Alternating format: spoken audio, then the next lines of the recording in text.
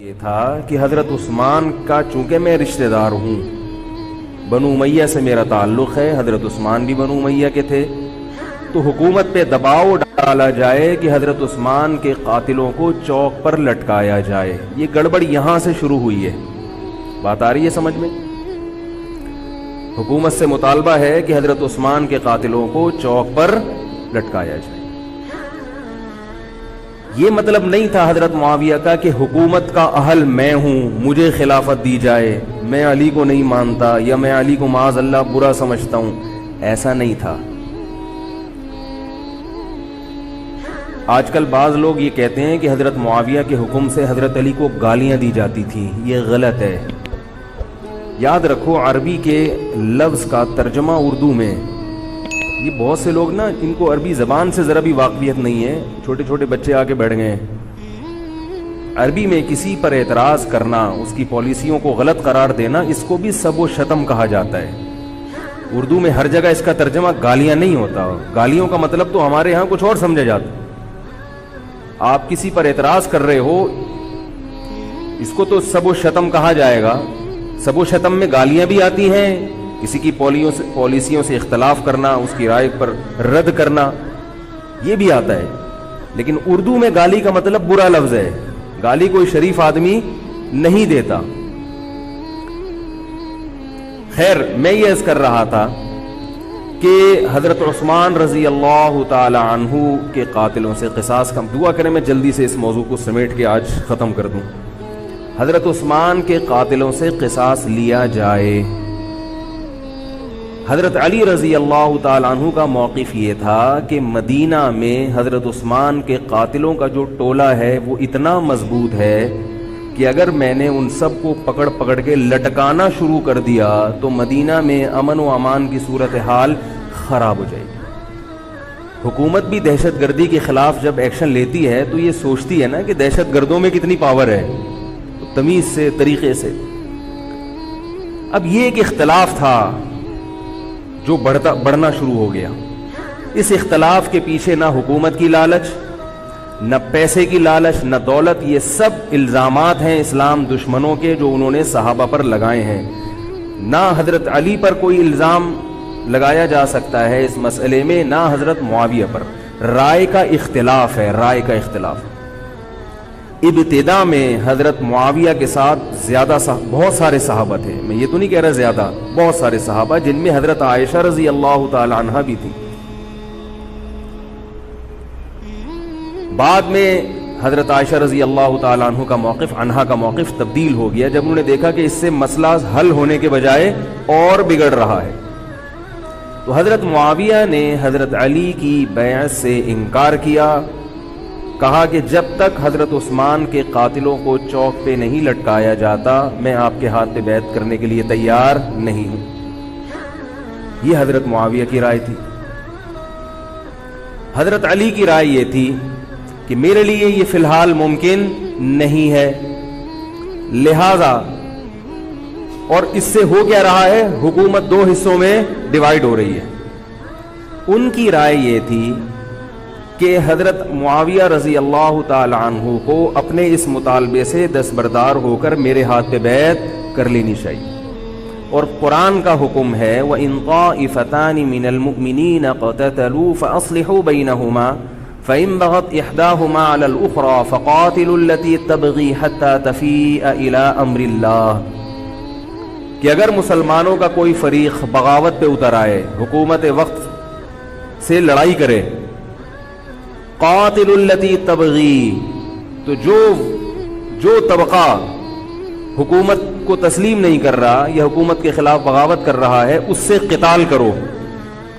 حضرت علی کا موقف یہ تھا کہ قرآن مجید کی یہ آیت مجھ سے مطالبہ کر رہی ہے کہ جو لوگ میرے ہاتھ پہ بیعت نہیں ہو رہے جبکہ میری خلافت قائم ہو چکی ہے، تو میں مسلمانوں میں تاکہ اختلاف اور انتشار نہ ہو، میں اس فریق کو تلوار کے زور سے بیعت کرنے پر مجبور کروں۔ بات آ رہی ہے سمجھ میں کہ نہیں آ رہی ہے؟ آج تو پولیس بھی نہیں بلا سکتے، موبائل ہی نہیں ہے بھائی، بند پڑے ہوئے، ورنہ میں پولیس بلوا لیتا آج آپ کو بات سمجھانے کے۔ لیکن میں کہتا ہوں کہ میں پولیس اگر بلواتا، اگر پولیس ہی کو سمجھ میں نہیں آئی، یہ بھی تو بڑا مسئلہ ہے۔ خیر، تو حضرت علی کا موقف یہ تھا، حضرت معاویہ کا موقف یہ تھا کہ حکومت کے خلاف بغاوت غلط ہے نا، جس کو حکومت مان لیا ہو، جب تک میں نے خلیفہ مانا ہی نہیں ہے تو میرا یہ عمل بغاوت نہیں کہلائے گا۔ یہ اختلاف رائے ہے، اور یہ اختلاف صحابہ میں بھی ہوا ہے، تابعین میں بھی ہوا ہے، ائمہ مجتہدین میں بھی ہوا ہے، اور آج تک ہوتا آ رہا ہے۔ اس قسم کے اختلافات مکمل ختم نہیں ہو سکتے۔ یہ صحابہ میں بھی ہوا ہے، قرآن و حدیث کو سمجھنے کا اختلاف کہا جاتا ہے اس کو، اور اس اختلاف کے بارے میں نبی صلی اللہ علیہ وسلم کی صحیح حدیث ہے، اذا اجتہد المجتہد فإن اصاب فله اجران وإن اخطأ فله اجر واحد۔ جب کوئی مجتہد اجتہاد کرتا ہے، کیا مطلب؟ قرآن و حدیث کو سمجھنے کی کوشش کرتا ہے، اگر وہ صحیح نتیجے پر پہنچ جائے تو اس کو 2 اجر ملتے ہیں، اگر غلط نتیجے پر پہنچے تو بھی 1 اجر ملتا ہے اس کو، اس لیے کہ اس کے بس میں جو تھا وہ اس نے کر لیا۔ اب پیغمبر تو موجود نہیں ہے جو آگے بتائیں گے کہ یہ صحیح کر رہا ہے، یہ غلط کر رہا ہے۔ میں نے اپنے ایک استاد سے ایک مرتبہ پوچھا کہ حضرت یہ علماء میں جب اختلاف ہوتا ہے کسی مسئلے میں تو عوام بڑی پریشان ہوتی ہے، کیا کریں ہم؟ انہوں نے فرمایا کہ عوام کو یہ بتاؤ کہ ہم پیغمبر نہیں ہیں اور ہم پیغمبر سے براہ راست مسئلہ پوچھ نہیں سکتے، ہمارے پاس جو قرآن و سنت ہے اور جو فقہائے کرام نے اس قرآن و سنت کی تشریح کی ہے، جو فقہ کی کتابیں ہیں، ہم اس میں دیکھتے ہیں۔ اب اس میں 2 علماء کی رائے میں اگر اختلاف ہو جائے تو اس اختلاف کو ختم کرنے کا ہمارے پاس کوئی راستہ نہیں ہے۔ نبی ہوتے تو ہم پوچھ لیتے، جب راستہ نہیں ہے تو بھائی اللہ کے نبی نے فرما دیا کہ جو تمہارے بس میں ہے وہ کر لو، اگر درست بات تک پہنچ گئے ڈبل اجر، نہیں پہنچے تو بھی اجر۔ اس میں ہمیں بتا دیا کہ اسلام پر عمل کے لیے اتنا کافی ہے کہ جو تمہاری استطاعت میں ہے وہ کر لو۔ نہیں آئی بات سمجھ؟ اب یہ اختلاف چھوٹے مسائل میں بھی ہو سکتا ہے اور بڑے مسائل میں بھی ہو سکتا ہے۔ تیسری بھی ایک جماعت تھی، یہ 2 اختلاف تو پتہ چل گئے نا، حضرت علی کا موقف، حضرت معاویہ کا موقف۔ ایک تیسری جماعت تھی جو یہ کہتی تھی کہ نہ ہم حضرت علی کا ساتھ دیں گے نہ حضرت معاویہ کا، کیونکہ دونوں مسلمان ہیں، دونوں لڑ رہے ہیں، مسلمانوں کو ہم لڑتا ہوا نہیں دیکھ سکتے۔ ان کا موقف تھا حضرت علی رضی اللہ تعالیٰ عنہ ایک صحابی کے پاس گئے اور ان سے کہا کہ آپ میری جماعت میں شامل ہوں اور اہل شام کے خلاف میرے ساتھ مل کے لڑیں۔ وہ صحابی گئے کہ لکڑی کی تلوار اٹھا کے لائے۔ انہوں نے کہا کہ میں نے رسول اللہ صلی اللہ علیہ وسلم سے سنا ہے کہ فتنے کا دور ہوگا، مسلمان آپس میں لڑیں گے، تو تم اس وقت اپنی تلوار کو لکڑی کی بنا لینا۔ لکڑی کی تلوار کا مطلب جو کسی سے لڑنے کے کام نہ آئے، میں تو نہیں لڑ سکتا۔ اب حضرت علی نے یہ نہیں کہ اس پہ تلوار رکھ دی ہو کہ نہیں تو جائے گا، یا تو دائرہ اسلام سے خارج ہے، یا تو باغی ہے، ٹھیک ہے نہیں آ رہی سمجھ میں چھوڑ دو۔ آج جو فتنے کھڑے ہو رہے ہیں نا، وہ اس پہ نہیں ہو رہے کہ صحیح کیا ہے غلط کیا ہے، فتنہ اس پر ہو رہا ہے کہ جو مجھے سمجھ میں آ رہا ہے وہ میں تھوپ کے اس کو مسلط کر دوں۔ مجھے اگر رفع الیدین سمجھ میں آ رہا ہے تو پوری دنیا رفع الیدین کیوں نہیں کر رہی، اور اگر مجھے ترک رفع الیدین سمجھ میں آ رہا ہے تو یہ چند لوگ رفع الیدین کیوں کر رہے ہیں۔ صحابہ کے دور میں رفع الیدین بھی ہوتا تھا اور ترک بھی ہوتا تھا، پھڈے نہیں ہوتے تھے۔ صحابہ کے دور میں زور سے آمین بھی تھی اور آہستہ آمین بھی تھی، جھگڑے نہیں تھے۔ صحابہ کے دور میں امام کے پیچھے فاتحہ پڑھنے والے بھی تھے اور امام کے پیچھے فاتحہ کو ناجائز اور حرام سمجھنے والے بھی تھے، مگر پھڈے بازی بولو بھائی نہیں تھی۔ تو حضرت علی رضی اللہ تعالیٰ عنہ نے ان صحابی کو مجبور نہیں کیا۔ حضرت علی کی فوج میں عمار ابن یاسر رضی اللہ تعالیٰ عنہ بھی تھے، زبیر ابن عوام، عبداللہ ابن زبیر رضی اللہ تعالیٰ عنہ، عبداللہ ابن زبیر ابن عوام۔ حدیث میں آتا ہے کہ جب جنگ صفین میں، جنگ جمل میں دونوں فوجیں آمنے سامنے کھڑی ہوئی ہیں، زبیر ابن عوام رضی اللہ تعالیٰ عنہ نے تقریر کی، اہل شام سے خطاب کر کے کہا کہ اے اہل شام، ہم جانتے ہیں کہ تمہارے ساتھ محمد صلی اللہ علیہ وسلم کی زوجہ ہیں حضرت عائشہ، جو ہمارے موقف سے متفق، یہ صحیح بخاری کی روایت ہے، جو ہمارے موقف سے متفق نہیں ہے لیکن ہے نبی کی بیوی، اور ساتھ کس کا دے رہی ہیں؟ تمہارا۔ اب اعتدال دیکھیں صحابہ کی رائے میں، فرمایا اللہ کی قسم ہم یہ جانتے ہیں کہ جیسے وہ دنیا میں نبی کی زوجہ تھی جنت میں بھی نبی کی زوجہ ہوں گی، اگرچہ وہ اس معاملے میں ہمارے خلاف ہیں مگر اس کی وجہ سے ہم ان کے جنتی ہونے کا انکار نہیں کر سکتے۔ کیا مطلب؟ ان کی سمجھ میں جو آ رہا ہے وہ اس کے حساب سے کر رہی ہیں، لیکن ہماری سمجھ میں ان کی بات نہیں آ رہی۔ کیوں؟ اس لیے فرمایا کہ ہم یہ دیکھ رہے ہیں کہ اللہ ہمیں نبی کی زوجہ عائشہ رضی اللہ تعالی عنہا کے ذریعے آزما رہا ہے کہ تم نبی کی زوجہ کو دیکھتے ہو یا قرآن کے حکم کو دیکھتے ہو۔ قرآن کہہ رہا ہے کہ خلیفہ کے خلاف بغاوت نہیں ہو سکتی، کائنم من کان، بغاوت کرنے والا کوئی بھی کیوں نہ ہو، تو نہ چاہتے ہوئے بھی ہم تمہارے خلاف آ کے کھڑے ہوئے ہیں۔ خدا کی قسم اس آزمائش میں ہمیں کس نے ڈالا ہے؟ اللہ نے ڈالا ہے۔ وہ لوگ جو حضرت عائشہ رضی اللہ تعالی عنہا پر تہمتیں لگاتے ہیں، جو حضرت معاویہ کو برا بھلا کہتے ہیں، وہ لوگ حضرت علی اور ان کے ساتھیوں سے سبق کیوں نہیں سیکھ لیتے؟ ایک مرتبہ میرے پاس ایک سوال آیا، سوال کرنے والے نے حضرت معاویہ کی شان میں گستاخی کا پورا ایک باب باندھا ہوا تھا۔ اس نے کہا کہ جس نے نبی کے داماد کے خلاف تلوار اٹھائی وہ اسلام میں معاذ اللہ کیسے ہو سکتا ہے، اور ایسے برے برے القاب کہ میں زبان پہ بھی نہیں لا سکتا۔ میری عادت ہے شارٹ کٹ جواب دینے کی، گل ویلے دی تے پھل موسم دا، اتنا ٹائم تھوڑی ہے کہ ہر آدمی کے سوال کو لے کے بیٹھ جائیں۔ میں نے کہا آپ کے جواب میں اتنا کافی ہے کہ یہ وہ الزامات ہیں کہ جس کے خلاف تلوار اٹھائی اس نے بھی یہ الزامات نہیں لگائے، مدعی سست اور گواہ چست۔ نہیں آ رہی میرا خیال ہے بات؟ جو حضرت علی کے ساتھ تھے انہوں نے تو یہ کچھ حضرت معاویہ کے خلاف نہیں کہا، انہوں نے وہ تو پھر بھی جنتی مان رہے ہیں، ایک دوسرے کی نماز جنازہ میں شریک ہو رہے ہیں، مال غنیمت کو تقسیم نہیں کر رہے، ایک دوسرے کی عورت پہ ہاتھ نہیں اٹھا رہے، احترام کر رہے ہیں، ایک دوسرے کے پیچھے جنگ ختم ہونے کے بعد نمازیں پڑھی جا رہی ہیں۔ اللہ تعالیٰ نے یہ مثال صحابہ کی قائم کی ہے دنیا کو دکھانے کے لیے کہ ان میں اتنا بڑا اختلاف ہو کہ تلواریں بھی چل جائیں تو وہ اختلاف بھی حدود سے تجاوز نہیں کرتا، اور ہمارے چھوٹے چھوٹے اختلافات میں کیا ایک دوسرے کے خلاف بہتان تراشیاں اور زبان درازیاں ہوتی ہیں۔ تو یہ اختلاف تھا حضرت علی اور حضرت معاویہ کا، جس میں تین فریق تھے۔ ایک حضرت علی تھے، ان کا موقف یہ تھا کہ میرے لیے تلوار اٹھانا واجب ہے۔ حضرت علی کے ساتھ جو لوگ تھے ان کا بھی یہ موقف تھا۔ حضرت معاویہ کا یہ موقف تھا کہ میں باغیوں کی فہرست میں آتا نہیں ہوں۔ کیوں نہیں آتا؟ اس لیے نہیں آتا کہ میں نے خلافت کو تسلیم نہیں کیا، اور ان کے ساتھ بھی صحابہ کرام کی ایک جماعت تھی۔ اور تیسرا موقف، بہت سارے صحابہ یہ تھے جو کہتے تھے ہم کسی کا ساتھ نہیں دیں گے، دونوں طرف مسلمان ہیں، ہماری تلوار سے کسی مسلمان کا خون ہو ہم یہ برداشت نہیں کر سکتے۔ ہماری رائے یہ ہے، اہل سنت والجماعت کی رائے یہ ہے کہ یہ ان تینوں فریقوں میں جو برحق تھے وہ حضرت علی تھے، کیونکہ حکومت تھی ان کے پاس۔ باقی جو دونوں فریق تھے صحابہ کرام کے، ان سے غلطی ہوئی ہے، مگر یہ غلطی اجتہادی ہے، یہ نفس پرستی والی غلطی، حکومت کی لالچ والی، دولت کی لالچ والی، یا ہٹ دھرمی والی یا ضد والی غلطی بولو بھائی نہیں ہے۔ یہ وہ غلطی ہے جس کے بارے میں محمد صلی اللہ علیہ وسلم نے فرمایا کہ اگر مجتہد سے غلطی ہوتی ہے تو بھی اس کو اجر ملتا ہے، کیونکہ اللہ نے قرآن میں فرمایا فاتقوا اللہ ما استطعتم، اللہ سے اتنا ڈرو جتنی تم میں استطاعت ہے۔ تو ان کی جتنی سمجھ میں آیا انہوں نے اس حساب سے کیا۔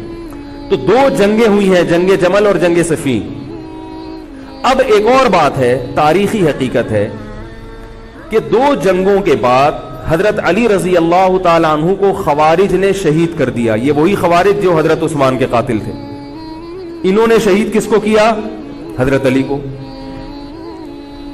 حضرت علی کی شہادت کے بعد حضرت حسن رضی اللہ تعالی عنہ کی 6 مہینے تقریباً خلافت رہی ہے۔ حضرت حسن رضی اللہ تعالی عنہ نے امت میں جوڑ پیدا کرنے کے لیے حضرت معاویہ رضی اللہ تعالی عنہ سے سلو کر لی، اور خلافت سے دستبردار ہو کر حضرت معاویہ کے ہاتھ پر بیعت ہو گئے۔ نہیں آ رہی میرا؟ پولیس کو فون کریں یار، بہت اہم بات ہے یہ، اس کو اچھی طرح سمجھ لیں، اللہ کرے سمجھ میں آ جائے۔ تو جب یہ ہو گیا تو مسئلہ ختم ہو گیا نا. لوگوں نے حضرت حسن سے کہا, یہ میں بالکل مستند روایتیں پیش کر رہا ہوں, اس کے سب کے حوالے ہیں, اور بہت ایسا نہیں ہے کہ تاریخ کی کتابوں کے, یہ احادیث کی کتابوں کے سے پیش کر رہا ہوں. حدیث کا جو معیار ہے وہ تاریخی کتب سے بہت زیادہ ہوتا ہے. لوگوں نے حضرت حسن سے یہ کہا کہ یہ تو عار اور ذلت کی بات ہے کہ آپ کے والد نے جس کے خلاف 2 جنگیں لڑی ہوں, تو آپ اپنے والد کی جس سے دشمنی رہی ہو, بیٹا اس سے بیعت ہو رہا ہے. ہمارے ہاں اس کا تصور ہے.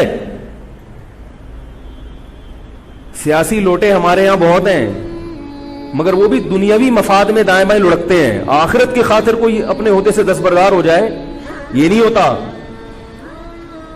حضرت حسن اہل بیت میں سے ہیں. حضرت حسن بیعت ہو گئے کس کے ہاتھ پر؟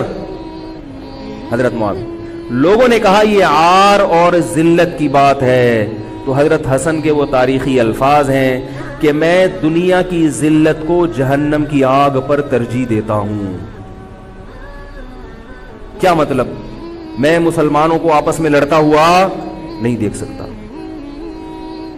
میں نہیں لڑتا ہوا دیکھ سکتا. اب کوئی اس بیس پر حضرت علی پہ الزام لگائے کہ اس کا مطلب وہ لڑتا ہوا دیکھ سکتے تھے. بھائی ان کا جو موقف تھا, جو ان کی سمجھ میں آیا, وہ انہوں نے کیا. حضرت حسن کا موقف اپنے والد کے موقف سے مختلف تھا. یہ اختلاف رائے ہو سکتا ہے. ان کا موقف یہ تھا کہ بھئی حضرت معاویہ حکومت کے اہل ہوں یا نہ ہوں, یہ ایک الگ بحث ہے. اگر میں ان کے مقابلے میں متوازی حکومت قائم کروں گا تو پھر مطالبہ ہوگا حضرت عثمان کے قاتل سے قصاص, جو کہ ممکن نہیں ہے, اور پھر یہ لڑائی آگے چلے گی. بہتر ہے کہ دستبردار ہو جاؤ کہ حضرت آپ ہمارے خلیفہ ہیں, آپ ہمارے امیر ہیں. نبی صلی اللہ علیہ وسلم اس کی پیشگوئی پہلے کر چکے تھے. حضرت حسن رضی اللہ تعالیٰ عنہ کے بارے میں فرما چکے تھے کہ اللہ میرے اس بیٹے کے ذریعے مسلمانوں کے 2 فریق میں صلح پیدا کریں. تو جو اہل بیت سے محبت کرنے والے لوگ ہیں, ان کو بھی چاہیے کہ کوئی ایسا کام نہ کریں جس سے مسلمانوں میں دوبارہ سے اختلاف اور انتشار پیدا ہو جائے. جوڑ کی اہمیت شریعت میں زیادہ ہے. اب جب حضرت معاویہ کی خلافت قائم ہوئی ہے, حضرت معاویہ نے حضرت حسن رضی اللہ تعالیٰ عنہ کے اکرام میں کوئی کسر نہیں چھوڑی. اس پر متواتر روایات ہیں کہ حضرت معاویہ جتنا حضرت حسن کا اکرام کیا کرتے تھے, اتنا کسی کا اکرام نہیں کرتے تھے. بہت زیادہ آپ کو عزت دی حضرت معاویہ رضی اللہ تعالیٰ عنہ نے. حضرت معاویہ کے بعد یزید کی خلافت قائم ہوئی ہے, حکومت قائم ہوئی ہے. حضرت معاویہ صحابی رسول تھے. بہت سارے صحابہ کو آپ کے طریقہ حکومت پر اعتراض تھا, کیونکہ بہرحال باقاعدہ سلیکشن نہیں ہوئی تھی. لیکن پھر بھی صحابہ کرام نے, جب حضرت حسن بیعت ہو گئے تو باقی کس کو اعتراض کا ہوگا بھائی. پھر حضرت معاویہ رضی اللہ تعالیٰ عنہ کے دور میں بہت جہاد ہوا ہے. اسلامی خلافت, ہمارا جو بر صغیر میں اسلام آیا ہے, اس کا بہت بڑا حصہ حضرت معاویہ کے دور میں اسلام آیا. یہاں حضرت معاویہ کے بعد جب یزید خلیفہ بنا ہے مسلمانوں کا, تو بہت سارے صحابہ نے یزید کے ہاتھ پہ, بہت سارے تو نہیں, چند صحابہ نے یزید کے ہاتھ پر بیعت کرنے سے انکار کر دیا. وہ اتنے تھوڑے صحابہ ہیں جن کو انگلیوں پہ گنا جا سکتا ہے, جن میں حضرت حسین بھی تھے. حضرت حسن نہیں, حضرت حسن کے بھائی, بولو بھائی, حضرت حسین. جمہور صحابہ کا موقف یہ تھا کہ یزید کا طریقہ خلافت اگرچہ غلط ہے, طریقہ حکومت اگرچہ غلط ہے, مگر رسول اللہ صلی اللہ علیہ وسلم کی صحیح احادیث موجود ہیں. نبی صلی اللہ علیہ وسلم نے فرمایا, صحیح بخاری کی حدیث ہے, اسمعوا واطیعوا ولو سلط علیکم رجل حبشی کأن رأسہ ذبیبہ. آپ صلی اللہ علیہ وسلم نے فرمایا, سنو اور اطاعت کرو, اگرچہ تم پر کوئی حبشی غلام مسلط کر دیا جائے جس کا سر کشمش کی طرح پچکا ہوا ہو. کیا مطلب؟ سلیکشن نہیں ہوئی بلکہ زبردستی مسلط ہو گیا کسی بھی طرح سے, اور جو مسلط ہوا وہ کسی بھی لحاظ سے حکومت کرنے کا اہل نہیں ہے, غلام ہے. غلام کبھی بھی حکومت کا اہل نہیں ہوتا, اور غلام بھی حبشی, کالا کلوٹا, گوروں سے جس کو ویسے ہی تبھی نفرت ہو, بھائی ہم سارے سفید ہیں اور یہ ایک بلیک کہاں سے آ گیا دوسری قوم کا آدمی. انسان دوسری قوم کے آدمی کو قبول نہیں کرتا, قوم بھی دوسری, اور فرمایا شکل بھی اچھی نہیں ہے. بھائی حاکم کم از کم شکل کا اچھا ہو تو اطاعت کرتے ہوئے مزہ آتا ہے, شکل بھی اچھی نہ ہو تو آدمی کہتا ہے یار اس کی مانوں میں, عجیب سا ہے. یہ فطرت ہے انسان کی. لوگ کوشش کرتے ہیں نا امام لائیں تو شکل بھی اچھی ہو اس کی, یہ کوشش کرتے ہیں لوگ. امام میں پتہ نہیں کیا کیا دیکھ رہے ہوتے ہیں. تو کیا ہے, شکل بھی اچھی نہیں ہے اور عقل بھی نہیں ہے, سر پچکا ہوا ہے کس کی طرح, کشمش کی طرح. صحیح ہے بخاری کی حدیث. مطلب یہ کہ کسی بھی لحاظ سے نہ لک وائز اچھا لگ رہا ہے آپ کو, نہ اس کے اندر صلاحیتیں ہیں, مگر مسلط ہو گیا, کسی نے بھی مسلط کر دیا, تو آپ نے فرمایا اب اس کے خلاف بغاوت نہیں کرنی, اس کی اطاعت کرنی ہے. آپ کہیں گے یہ کیسا حکم ہے بھائی اسلام کا, ایک آدمی نا اہل ہے مگر اس کی مان کے چلو تو مروا دے گا. یہ اس لیے اسلام نے حکم دیا ہے کہ اس کے پاس پاور تھی تو مسلط ہوا ہے نا. کیا خیال ہے بھائی؟ تو اب جب اس کے خلاف چلو گے تو اس سے وہ ہٹنے والا نہیں ہے, وہ خون خرابہ کر دے گا, قتل و غارت کرے گا اور فساد پیدا کر دے گا وہ. کیونکہ اگر وہ کمزور ہوتا تو خلیفہ بنتا نہیں. وہ خلیفہ کی, حاکم کی ڈیفینیشن کیا ہے؟ جس کے پاس قوت نافذہ ہو.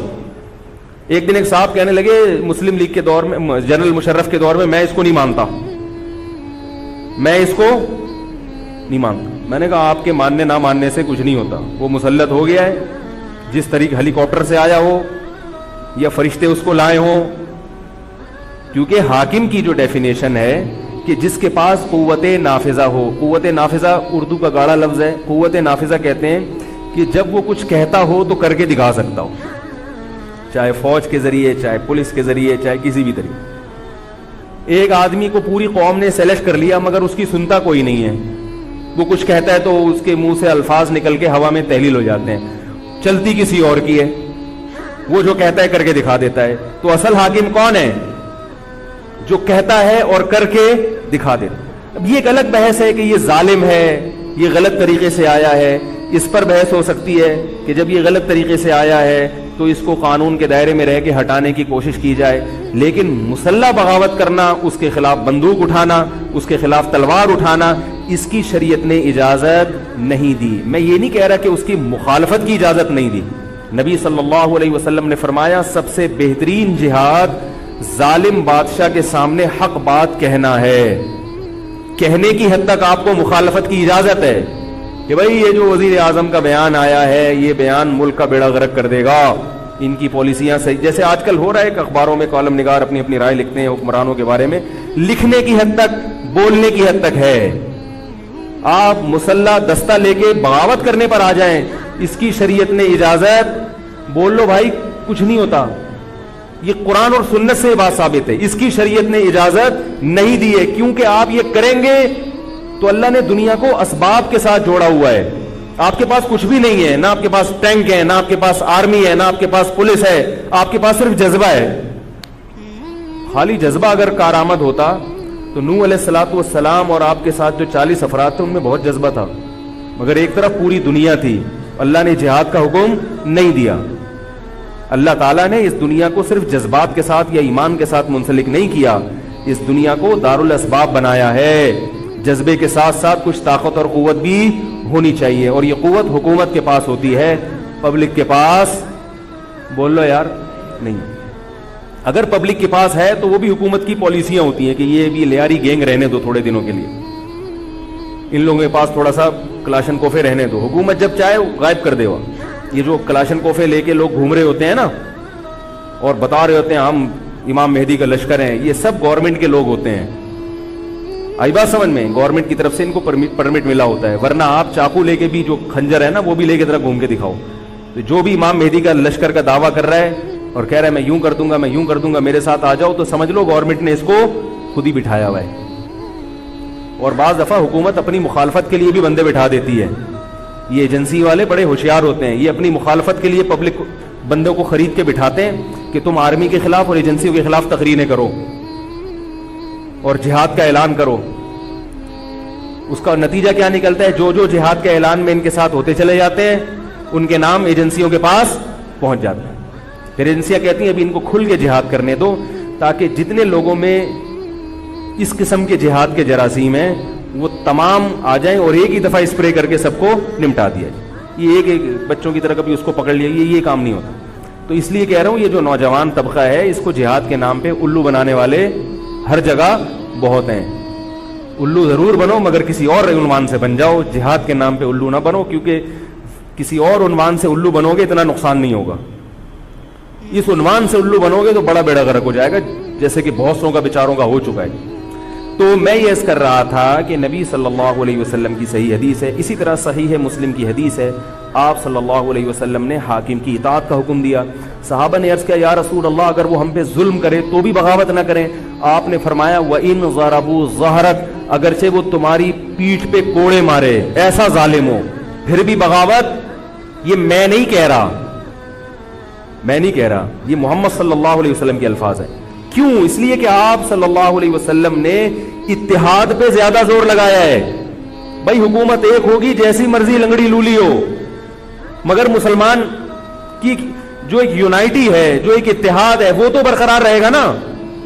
اگر آپ کمزور ہو گئے تو کتنا مرضی ایمان ہو, کمزور آدمی دنیا میں کہیں بھی نہیں پنپ سکتا. تبھی میں کہتا ہوں پاکستان کی قدر کرو. جیسا مرضی ہے, ایک مضبوط آرمی تو ہے نا, ایٹم بم تو ہے, جیسی مرضی آرمی ہو, لیکن ہے تو نا. اگر یہ ختم ہو گئی اور نیک نیک لوگ آ گئے مگر اتنے پاورفل نہ ہوئے, وہ آپ کو انڈیا سے نہیں بچا سکتے, وہ آپ کو امریکہ کے شر سے نہیں بچا سکتے, کیونکہ اس وقت پوری دنیا پاکستان کی دشمن ہوئی ہوئی ہے سوائے چند ممالک کے. اور وہ جو ملک بچا ہوا ہے یہ میرے اور آپ کی تقریروں سے نہیں بچا ہوا, یہ ایٹم بم سے بچا ہوا ہے. اللہ نے دنیا کو اسباب کے ساتھ جوڑ دیا ہے. ایٹم بم بھی ہے اور پھر ایمان کی طاقت بھی ہے کسی حد تک, جو کہ بہت ہی شارٹ ہو گئی ہے ایمان کی طاقت. تو دونوں چیزیں چلتی ہیں ساتھ, صرف بم بھی کافی نہیں ہے. اللہ نے فرمایا اگر تم تقوی اختیار کرو گے تو اللہ تمہاری مدد کرے گا, ورنہ نہیں کرے گا. تو دونوں چیزیں ضروری ہیں. تو حضرت معاویہ کے بعد یزید کے بارے میں جمہور صحابہ کا موقف یہ تھا کہ یہ جیسا مرضی ہو, ظالم ہو, عادل ہو, یہ ایک الگ بحث ہے, مگر ہے بہرحال یہی. پاور کس کے پاس ہے؟ اسی کے پاس. حضرت حسین رضی اللہ تعالیٰ عنہ کا موقف یہ تھا کہ میں یزید جیسے آدمی کے ہاتھ پر بیعت کرنے کے لیے تیار. بولو بھائی, نہیں, میں نہیں بیعت کرتا اس کے ہاتھ, کیونکہ یزید کے بارے میں خبریں تھیں. بعض کہتے تھے شراب پیتا ہے. حضرت مفتی محمد تقی عثمانی صاحب کا انہوں نے فرمایا ہے کہ کسی مستند روایت سے ثابت نہیں ہے شراب پینا. روایتیں ہیں مگر کوئی اوتھینٹک روایت نہیں ہے. تو اب نتیجہ کیا نکلا کہ حضرت حسین رضی اللہ تعالیٰ عنہ کے پاس کوفہ سے خطوط آئے. کوفہ کا گورنر تھا ابن زیاد, وہ بھی یزید کا آدمی تھا, بڑا ظالم آدمی تھا وہ. اہل کوفہ کے خطوط آئے کہ آپ آ جائیں یہاں پر, یہاں سب لوگ آپ کے ہاتھ پر بیعت کرنے کے لیے تیار ہیں. حضرت حسین کا خیال یہ تھا کہ اگر یہ سب تیار ہیں تو یزید کی حکومت بغیر لڑائی کے, بغیر بڑے قتال کے, مسلمانوں کے خون خرابے کے بغیر ختم ہو سکتی ہے. آئی بات سمجھ میں؟ جو انفارمیشن آپ کو ملی تھی, جو نالج آپ کو ملی تھی, وہ نالج غلط تھی. اگر وہ نالج صحیح ہوتی تو حضرت حسین کبھی کربلا کی طرف رخ نہ کرتے, کیونکہ حضرت حسین کا موقف بھی یہی تھا کہ مسلمانوں کی تلواریں آپس میں نہ چلیں.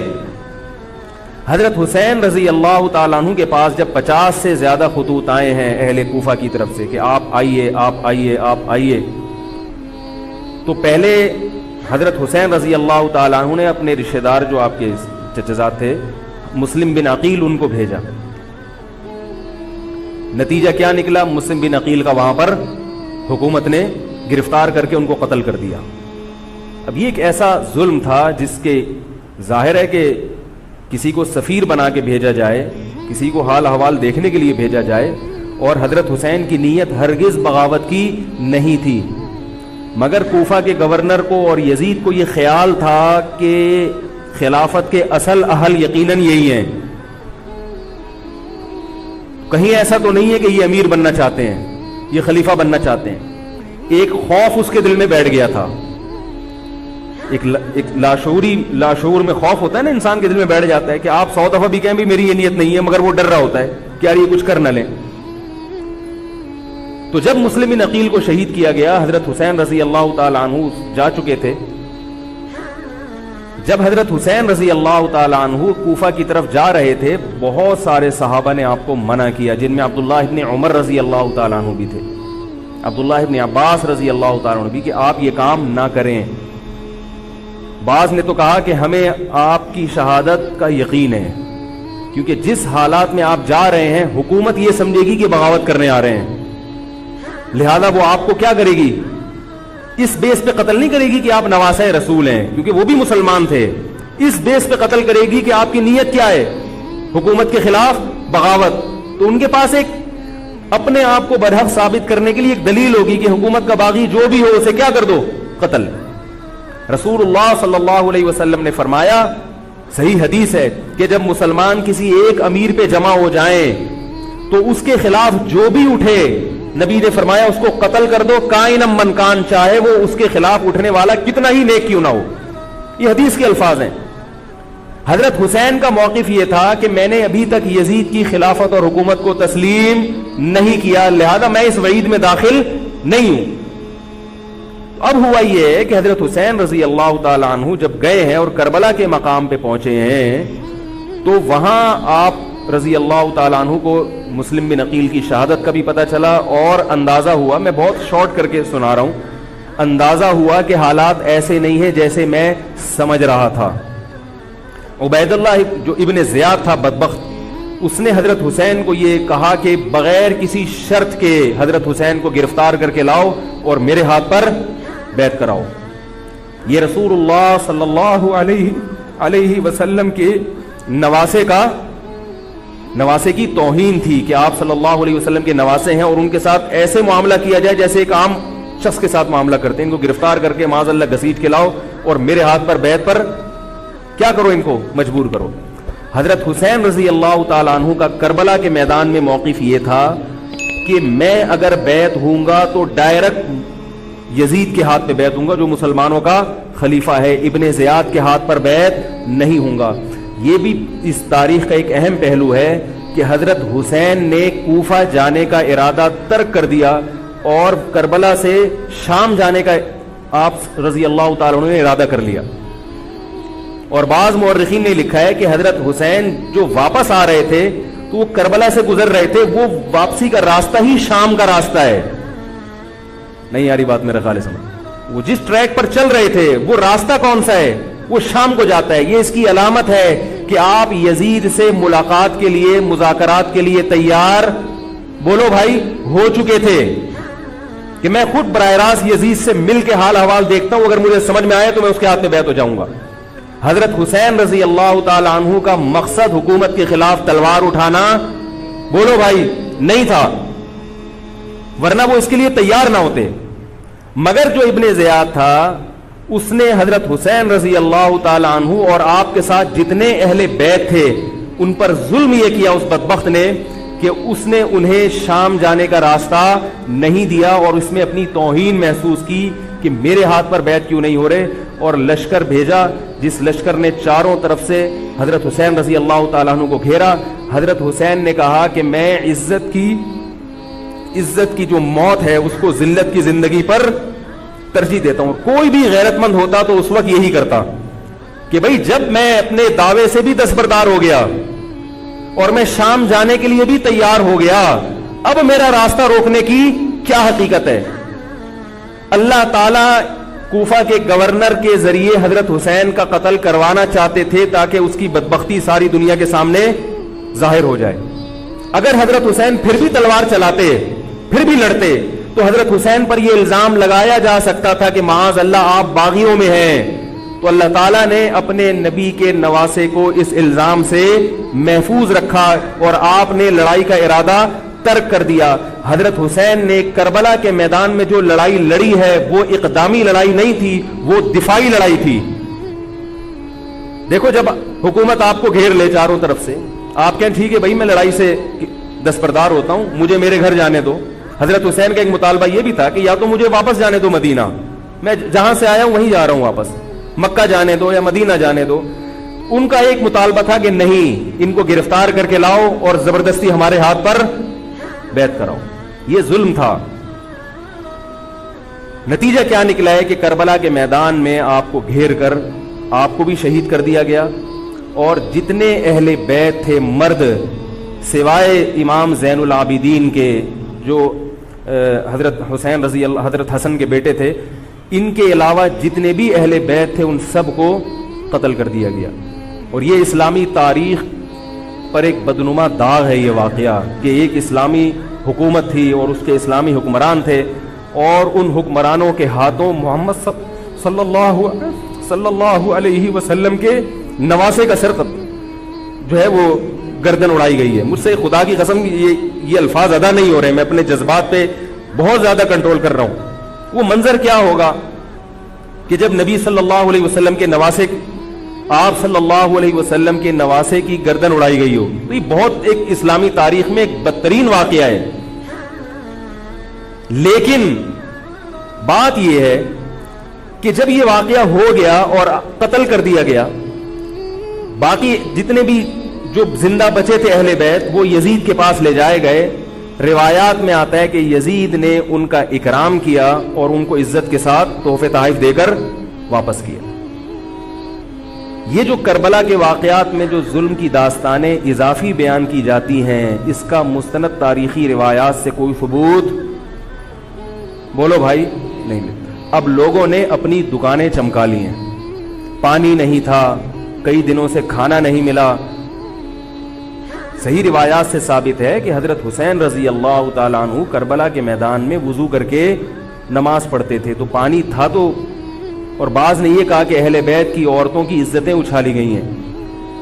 آپ اس طرح کی باتیں کر کے اہل بیت سے محبت کا اظہار کر رہے ہو یا ان کی توہین کر رہے ہو؟ بولو بھائی. اگر کوئی عزت دار پاک دامن عورت ہو، بالفرض اس کی عزت پہ ڈاکہ ڈلتا ہے بالفرض، تو آپ اس بات کو چھپاؤ گے نا، آپ جھوٹ بولو گے، بولو گے نہیں بھائی اس کی عزت پہ کوئی آنچ نہیں آئی ہے. کیونکہ جب عورت کی عزت کو آپ کوئی تار تار کر دے اور آپ ممبر پہ بیٹھ کے اس کو بتا دو تو وہ عزت تار تار ہونے سے اتنی بے عزتی نہیں ہوگی جتنی اس بات کو بیان کرنے سے اس کی بے عزتی ہوگی.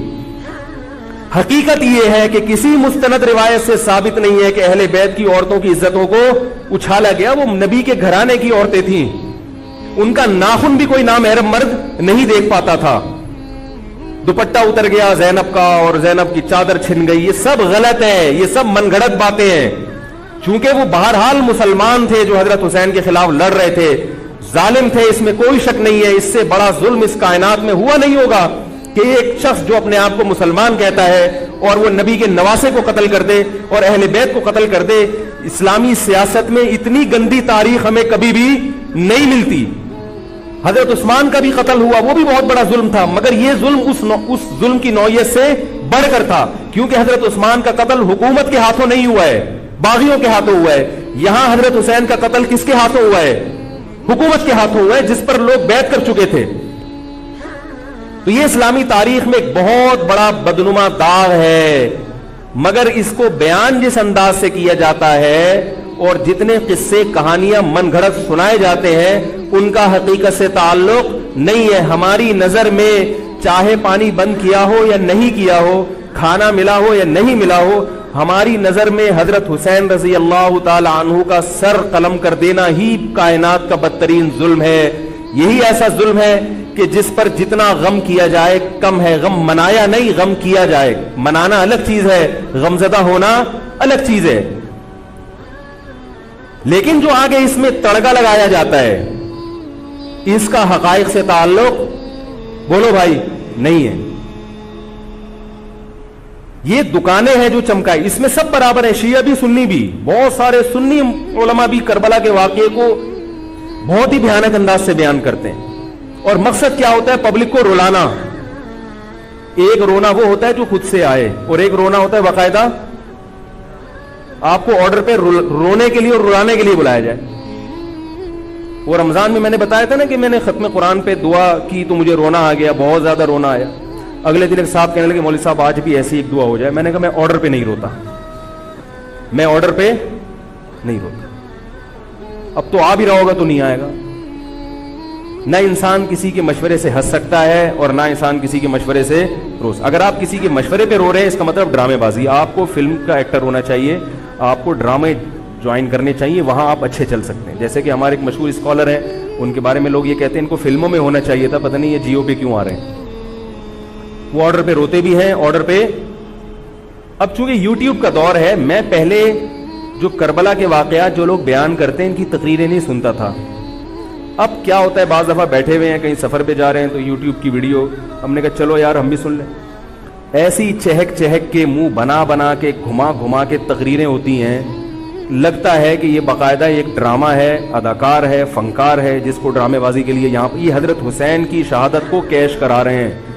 یہ حضرت حسین سے محبت کرنے والے نہیں ہیں, یہ ان کی شہادت کو دیکھو. اس کی مثال ایسے جیسے کوئی محلے میں مر گیا, کسی سیٹھ کا بیٹا مرا, اب آپ کو سیٹھ سے قرضہ چاہیے تو سب سے زیادہ آپ روگے نا, تاکہ سیٹھ صاحب سمجھیں کہ محبت سب سے زیادہ کس کو ہے, آپ کو.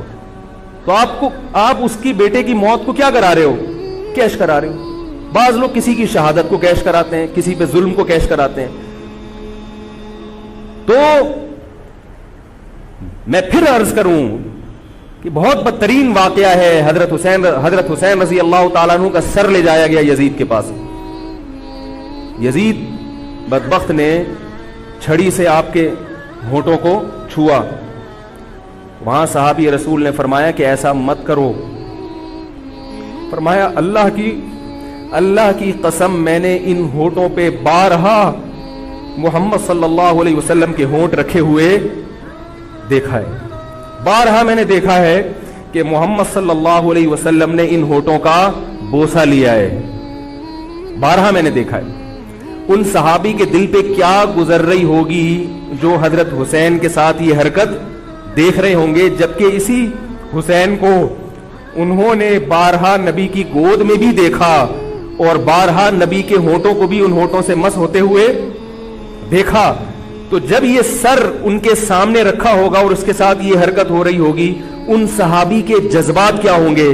مگر اس کے باوجود جو بتانے کی بات ہے, جو میں بتانا چاہتا ہوں, انہوں نے یزید کے خلاف بغاوت نہیں کی کہ جس یزید نے حضرت حسین کا یہ حشر کر دیا ہو, اگر اس کے خلاف بغاوت ہوگی تو باقی مسلمانوں کا کیا حشر کرے گا. اس میں صبر کی تلقین بھی صحابہ نے بتائی ہے کہ حاکم کے مظالم کو برداشت کیا جائے, زبان سے اس کو ہائی لائٹ کیا جائے کہ غلط ہو رہا ہے, تلوار نہ اٹھائی جائے. بات نہیں آ رہی میرے خیال ہے سمجھ میں, کیونکہ آج ایک واقعہ ہوا ہے ورنہ کربلا جیسے درجنوں اور واقعات ہو جائیں گے. تو صحابہ کرام کی سیرت میں ہمیں ہر طرح کے اسباق ملتے ہیں. تو میں یہ عرض کر رہا تھا کہ یہ ہے وہ کربلا کا واقعہ جس کا میں نے آپ کو خلاصہ بیان کیا. اس کے بعد کیا ہوا ہے کہ یہ جو بنو امیہ کی حکومت تھی, اس کی وہ ویلیو صحابہ کرام کے دل میں نہ رہی جو پہلے کسی حد تک برقرار تھی. یہ بہت ایک حکومت کے خلاف لوگوں کے دل میں بغض پیدا ہو گیا اور بالآخر بغاوتیں شروع ہوئیں. لیکن جمہور صحابہ کا موقف پھر بھی یہی تھا کہ حکومت کے خلاف بغاوت جائز, بولو بھائی, نہیں. اور اسی طرح کے ظالم لوگ آتے رہے اور انہی کی اولادوں میں بنو امیہ میں اللہ نے پھر عمر ابن عبدالعزیز کو پیدا کیا. عمر ابن عبدالعزیز بھی انہی ظالم لوگوں کی اولاد تھے, مگر اسلام چونکہ قیامت تک رہنے کے لیے آیا ہے تو اللہ کو اپنا دین محبوب ہے, اللہ غیب سے انتظام کرتے ہیں. عمر ابن عبدالعزیز جیسے ہی حکومت میں آئے ہیں, خلیفہ بنے ہیں, آپ رضی اللہ تعالی عنہ نے وہ بنو امیہ کی جو جاہلانہ چیزیں تھیں ان سب کو ختم کر دیا. حکومتی ملکیت کو جو ذاتی خزانہ لوگ سمجھنا شروع کر دیا تھا اس کو ختم کیا. عمر بن عبدالعزیز کی ایک تاریخ ہے, ان کو 5واں خلیفہ راشد کہا جاتا ہے. علم حدیث کو مرتب کیا گیا, فقہ کو مرتب کیا گیا, حدیث کا علم ضائع ہو رہا تھا. آپ نے حکم دیا کہ اکتب ما کان من حدیث رسول اللہ صلی اللہ علیہ وسلم فإنی اخاف ضیاع العلم والعلماء. فرمایا مجھے علم اور علماء کے ضائع ہونے کا خطرہ ہے, محمد صلی اللہ علیہ وسلم کی حدیثوں کو ریٹن فارم میں لایا جائے. تو باقاعدہ پھر حدیث کو باقاعدہ جمع کیا گیا کتابوں کی شکل میں, اور آج ہمارے پاس وہ حدیث محفوظ ہیں.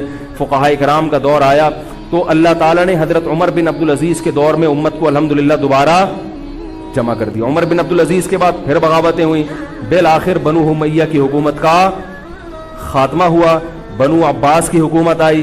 مگر بنو عباس کی حکومت آنے سے بنو امیہ کی حکومت مکمل ختم نہیں ہوئی. وہی ہوا کہ آپ نے اچھی نیت سے بغاوت کی مگر اس کا نقصان زیادہ. وہ کیا ہوا؟ بنو امیہ بھاگ گئے, اندلس میں حکومت قائم کر لی, اور ادھر بنو عباس کی. تو یہ تاریخ میں پہلا واقعہ تھا کہ اسلامی خلافت دو حصوں میں ڈیوائیڈ ہو گئی. اس کے بعد آج تک ایک جگہ مسلمان جمع نہیں ہو سکے. کیوں؟ مسلمانوں نے اس حدیث کی مخالفت کی کہ امیر کے خلاف بغاوت بولو بھائی نہیں کرو. اب میں آپ سے ایک بات کہتا ہوں کہ بالآخر ڈیوائیڈ ہوتے ہوتے ہوتے ہوتے آج پتہ نہیں کتنے سارے اسلامی ملک بن گئے. پاکستان میں الگ ہے, سعودی عرب کی پالیسیاں الگ ہیں, دبئی الگ چل رہا ہے, قطر اور سعودیہ کا پھڈا ختم نہیں ہو رہا. 1920 تک تو پھر بھی خلافت عثمانیہ تھی, اگرچہ پوری دنیا پہ نہیں تھی. ہندوستان میں الگ حکومت تھی, خلافت عثمانیہ الگ تھی, اندلس میں الگ حکومت تھی, مگر پھر بھی مسلمانوں کی 3-4 بڑی بڑی حکومتیں تھیں جو ایک اور کسی حد تک ان میں اتحاد تھا. 1920 میں وہ بھی ختم, اور اتنے سارے ممالک وجود میں آ گئے, سب کی الگ الگ پالیسیاں ہیں. اب جو آدمی خلافت کے نام پہ جہاد کی بات کرتا ہے وہ لوگوں کو ایک امیر پہ جمع نہیں کرے گا. جتنے ملک بن چکے ہیں نا, ان کو مزید توڑ کے, اگر یہ 20 ہیں تو 40 بنا دے گا ان کو. بہت مشکل ہے سمجھانا بھائی. اب اگر کوئی کہتا ہے نا ظالم حاکم کے خلاف تحریک چلاؤ, آؤ ہمارے ساتھ مسلح بغاوت میں شامل ہو, ہم حکومت کے خلاف تلوار اٹھائیں گے, تو نتیجہ کیا نکلے گا؟ یہ سارے مل کے ایک امیر نہیں بن جائیں گے. یہ اگر 20 ہے نا تو کتنے ہو جائیں گے؟ بولو بھائی 40. جیسے جو جماعت المسلمین بنی نا کہ 4 فقہ ہیں, حنفی, شافعی, مالکی, حنبلی, ہم نہیں مانتے, تو سب کو ختم کرو, ایک بناؤ. تو اس ایک بننے سے یہ ختم نہیں ہوئے, بلکہ 4 کے بعد کتنے ہو گئے؟ 5 ہو گئے. نہیں آ رہی بات میرا خیال؟ آ رہی ہے الحمدللہ. اور بھی جو بھی اس کی باتیں کر رہے ہیں نا امت کو اتحاد کے لیے, آ جاؤ میرے پاس آ جاؤ, تو وہ 6واں بنا رہا ہے, 7واں بنا رہا ہے, پھر 8واں بنا رہا ہے, ایسے بنتے چلے آ رہے ہیں. او بھائی جو ہے وہاں بریک لگا دو, اللہ کا واسطہ روک دو ان کو, کوئی بات نہیں, 4 ہیں, جو جس کو فالو کرے ٹھیک ہے, کچھ نہیں ہوتا اس سے, ہمیشہ سے چلے آ رہے ہیں. تو اب اگر ایک خلیفہ نہیں ہے, ہونا تو چاہیے ایک ہی خلیفہ, نہیں ہے تو جو ہے اسی پہ گزارا کرو, ورنہ اس سے بھی جاؤ گے, تمہاری کوئی مضبوط طاقت اور قوت ہوگی نہیں. کافر جب چاہے گا تمہیں ٹیشو پیپر کی طرح استعمال کر کے پھینک دے گا. تو کربلا کے واقعہ سے ہمیں کیا سبق ملتا ہے؟ کہ علامہ ابن تیمیہ رحمہ اللہ تعالی فرماتے ہیں کہ جمہور صحابہ کی جو رائے تھی, حضرت حسین رضی اللہ تعالیٰ عنہ کی بھی اپنی ایک رائے تھی, مگر ابن تیمیہ رحمہ اللہ فرماتے ہیں کہ اگر حضرت حسین رضی اللہ تعالیٰ عنہ کربلا کی طرف خروج نہ کرتے تو ابن تیمیہ کی رائے یہ ہے کہ یہ زیادہ بہتر تھا. اب آپ کہیں گے کہ صحابی رسول کی رائے سے اختلاف کر رہے ہیں, نہ, وہ کہہ رہے ہیں وہ جو جمہور صحابہ تھے جو حضرت حسین کو منع کر رہے تھے وہ بھی تو صحابہ تھے. حضرت حسن بھی تو صحابی تھے. حضرت حسن نے حضرت معاویہ کے خلاف لڑائی نہیں لڑی. تو صحابہ کی 2 رائے تھی, جمہور ایک طرف تھے. تو فرماتے ہیں اگر یہ نہ ہوتا تو زیادہ بہتر تھا. لیکن حضرت حسین رضی اللہ تعالی عنہ کے بارے میں ہمارا موقف یہ ہے کہ وہ یہ سب کچھ اس وقت کے جو حالات تھے اس میں کوئی بھی ہوتا اور غیرت مند ہوتا تو وہ یہ کرنے پر مجبور تھا. اور اس میں دھوکہ کس نے دیا حضرت حسین کو؟ اہل کوفہ نے, جس کا حضرت حسین کو علم نہیں ہو سکتا.